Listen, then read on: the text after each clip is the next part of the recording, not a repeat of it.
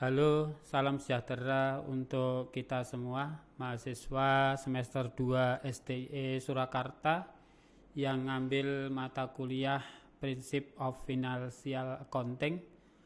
Untuk sesi ini akan kita bicarakan terkait dengan kas dan setara kas. Bagaimana nanti ketika aktivitas sebuah bisnis entitas itu kebijakan terkait dengan kas yang ada di perusahaan atau prinsip yang kas terhadap aktivitas yang ada di dalam entitas itu terhadap kas. Nah, bicara kas atau cash atau uang itu terkait dengan kriteria dan sifatnya, di mana kas itu harus tersedia. Dalam artian apa? Di dalam aktivitas bisnis, kas atau uang itu harus ada di perusahaan. Karena apa? Karena untuk membayar, untuk melakukan aktivitas operasional itu harus tersedia dengan kas. Di mana apa? Kas bebas digunakan untuk apapun di dalam aktivitas bisnis entitas itu sendiri. Nah, sehingga ketersediaan akan dana, ketersediaan akan kas ini sebagai sebuah kewajiban atau wajib ada yang ada di dalam perusahaan itu sendiri. Nah, kas itu sendiri memiliki sifat aktif tetapi tidak produktif. Dalam artian apa? Ketika ada kas bebas digunakan, tidak dimanfaatkan atau tidak dirubah bentuk, itu tidak memiliki sifat produktif nantinya. Sehingga apa? Dari sisi kas itu ya harus dirubah bentuknya. Apakah nanti untuk transaksi pembelian akan barang, pembelian akan persediaan, sehingga apa? Kas-kas yang ada di dalam entitas itu memiliki sifat aktif dan produktif tentunya ketika apa dimanfaatkan dan digunakan untuk operasional perusahaan. Nah, karakteristik dan sifat kas ini tidak beridentitas sehingga entitas ini memiliki konsep atau memiliki komitmen kebijakan bagaimana kas yang ada di entitas itu tidak bisa disalahgunakan, sehingga apapun yang terkait dengan kas itu harus ada pengendalian tentunya agar apa nantinya kepemilikan akas itu tidak diselewengkan atau disalahgunakan. Nah, tentunya ketika kas yang ada di dalam entitas itu ketika akan mendanai aktivitas perusahaan harus perlu adanya perencanaan kas. Nah, misalnya bagaimana menyusun anggaran. Nah, ketika anggaran-anggaran yang akan dibiayai dengan pengeluaran kas itu apa saja. Nah, sehingga ketika akan mendanai atau membayar itu ya harus sesuai dengan anggaran ketika akan mengeluarkan dari kas itu sendiri. Kemudian perusahaan harus membuat perencanaan sumber-sumber penerimaan kas itu dari mana saja. Apakah dari aktivitas penjualan normal perusahaan atau ada aktivitas lain di mana penerimaan yang kita peroleh terhadap kas itu sendiri. Kemudian penggunaan akan kas. Nah, kas itu digunakan untuk apa? Ketika apa? Untuk aktivitas entitas itu sendiri. Nah, sehingga pada saat kas ada di dalam perusahaan, prinsipnya bagaimana? Komitmennya kayak apa?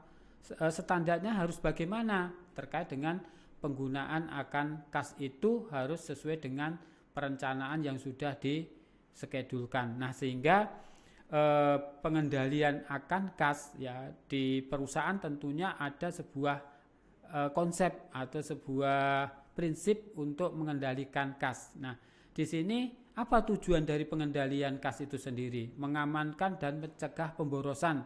Ketika kas itu sudah dianggarkan, ketika kas itu sudah direncanakan, ya pengeluaran kas harus sesuai dengan anggaran, pengeluaran kas harus sesuai dengan rencana. Ketika kas dikeluarkan ya harus sesuai dengan tujuan. Nah, ini tujuannya untuk apa? Mengamankan dan mencegah dari pemborosan itu sendiri. Lalu menjamin ketelitian akan data-data kas. Nah, pada saat ada kas masuk, ada kas keluar, bagaimana prinsip dari kas data-data kas itu sendiri. Misalnya ketika kebijakan perusahaan, kas yang diterima oleh perusahaan itu harus segera disetor ke bank. Lah bagaimana nanti catatan antara perusahaan, catatan antara data-data yang ada di perusahaan, nah tentunya terjamin ketelitiannya. Kemudian mendorong tercapainya efisiensi. Nah pada saat pengendalian itu akan efisien itu pasti akan dicapai ya. Karena apa? Seperti yang saya sampaikan tadi, ketika perencanaan akan kas itu sudah dirancang, sudah dianggarkan, berarti apa? Ketika pengeluaran kas ya harus sesuai dengan tujuan, supaya apa? Mencapai efisiensi itu sendiri. Dipatuhinya kebijakan manajemen. Katakanlah semua sumber-sumber penerimaan kas harus segera disetor ke bank.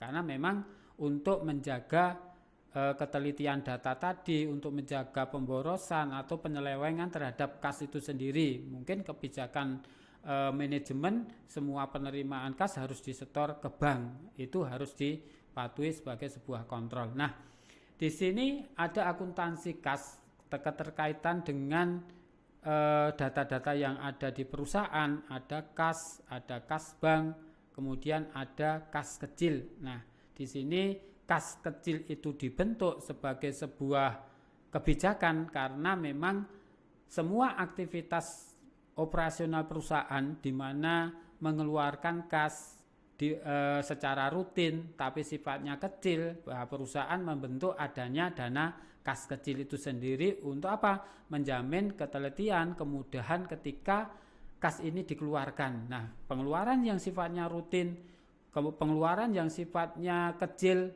akan dibentuk dana kas kecil itu sendiri. Nah, di pembentukan kas kecil sendiri menurut kebijakan di dalam perusahaan ada dua metode ya, ada sistem dana tetap. Nah, ketika sistem dana tetap ini setiap pembentukan dana-dana yang dikeluarkan itu sama, tetap gitu kan.